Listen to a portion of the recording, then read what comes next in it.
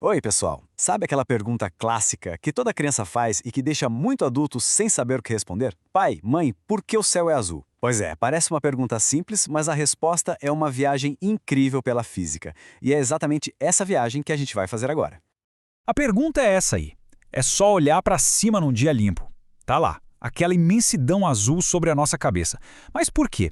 O Sol tá lá em cima, mandando luz, então de onde é que vem tanto azul? Vamos desvendar esse mistério de uma vez por todas.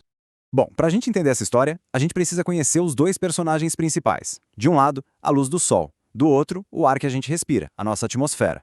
É a interação entre esses dois que cria todo o espetáculo que a gente vê. Primeiro, vamos falar da luz do Sol. A gente olha e pensa que ela é branca ou meio amarelada, né? Mas na verdade, a luz branca é uma mistura de todas as cores do arco-íris, todas juntas. E cada cor viaja de um jeito um pouquinho diferente, como se fossem ondas. É aqui que a mágica começa. O nosso segundo ingrediente é a atmosfera. Ela não é só um espaço vazio de jeito nenhum. É uma camada de gases, principalmente nitrogênio e oxigênio. E são essas moléculazinhas minúsculas de gás que vão, digamos, conversar com a luz do Sol de um jeito bem particular. Beleza, então a gente já tem os ingredientes, luz com todas as cores e uma atmosfera cheia de moléculas. Agora, vamos ao que acontece quando eles se encontram. O segredo tem nome e se chama espalhamento. É aqui que a gente resolve o enigma. E aqui está o pulo do gato. Nem todas as cores se comportam do mesmo jeito quando trombam com as moléculas de ar. As cores de onda mais curta, como o azul e o violeta, são mais espalhafatosas. Elas batem nas moléculas e saem ricocheteando para tudo que é lado. Já o vermelho e o laranja, que têm ondas mais longas, são mais diretos. Eles passam pelas moléculas quase sem serem perturbados, seguindo seu caminho.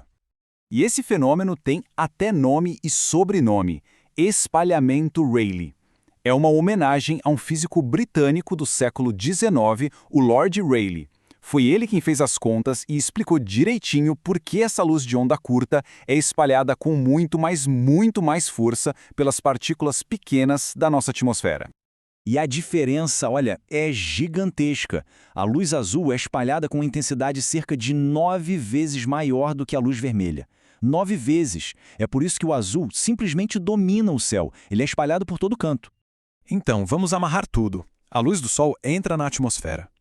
Enquanto a maioria das cores passa mais ou menos reto, a luz azul é arremessada em todas as direções, como uma bola de pinball cósmica.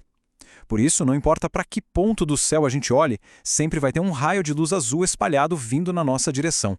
E pronto, o céu está pintado. Mas a história não acaba aí. O mesmo princípio que deixa o céu azul também é responsável por pintar o pôr do sol de vermelho e até por deixar as nuvens branquinhas. Vamos ver como essa mesma física cria outros cenários?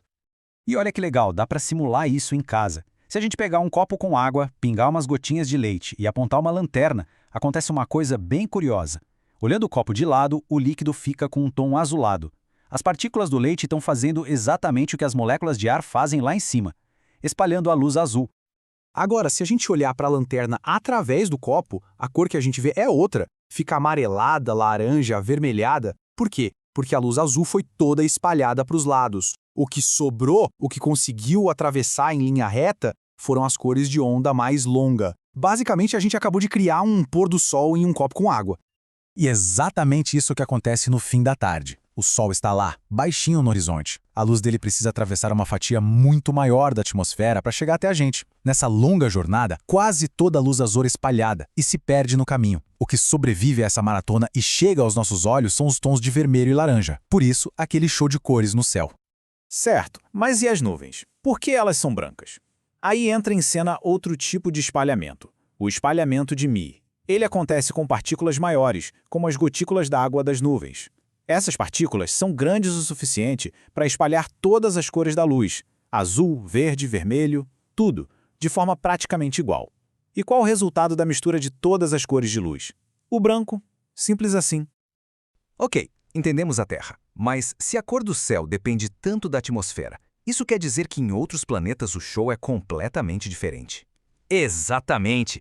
Vamos fazer um tour rápido pelo Sistema Solar e ver as outras telas que existem por aí. A paleta de cores planetária é fascinante. Em Mercúrio, onde quase não tem atmosfera, o céu é simplesmente preto. Já em Marte, a atmosfera fininha e cheia de poeira deixa o céu com um tom rosa avermelhado. E lá em Urano, o gás metano absorve a luz vermelha e espalha o azul e o verde, criando um céu ciano, um azul esverdeado lindíssimo! Imagina só estar em Mercúrio ou na nossa Lua. Sem essa camada de gases para espalhar a luz, não tem cor no céu.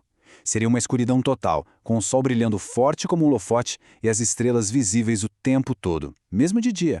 Uma paisagem bem diferente. Mas talvez a coisa mais surpreendente seja o pôr do sol em Marte. Enquanto aqui na Terra ele é todo vermelho e laranja, em Marte ele é azul. É o contrário. A poeira fina na atmosfera de Marte espalha a luz vermelha pelo céu, deixando uma aura azulada ao redor do Sol quando ele se põe. É uma inversão total do que a gente vê aqui. Então, no fim das contas, a cor do céu de um planeta é como se fosse a sua impressão digital. Depende do quão grossa é a atmosfera, dos gases que a compõem e do tipo de poeira ou gelo que está flutuando por lá. Cada combinação cria uma paisagem celestial única. E essa é a grande lição aqui. Um único princípio da física, o espalhamento da luz, age como um artista cósmico. Com o mesmo pincel, ele pinta telas radicalmente diferentes. Do nosso céu azul ao céu rosa de Marte e ao breu da Lua, são as mesmas leis da natureza criando toda essa beleza diversa. E isso nos deixa com uma última reflexão.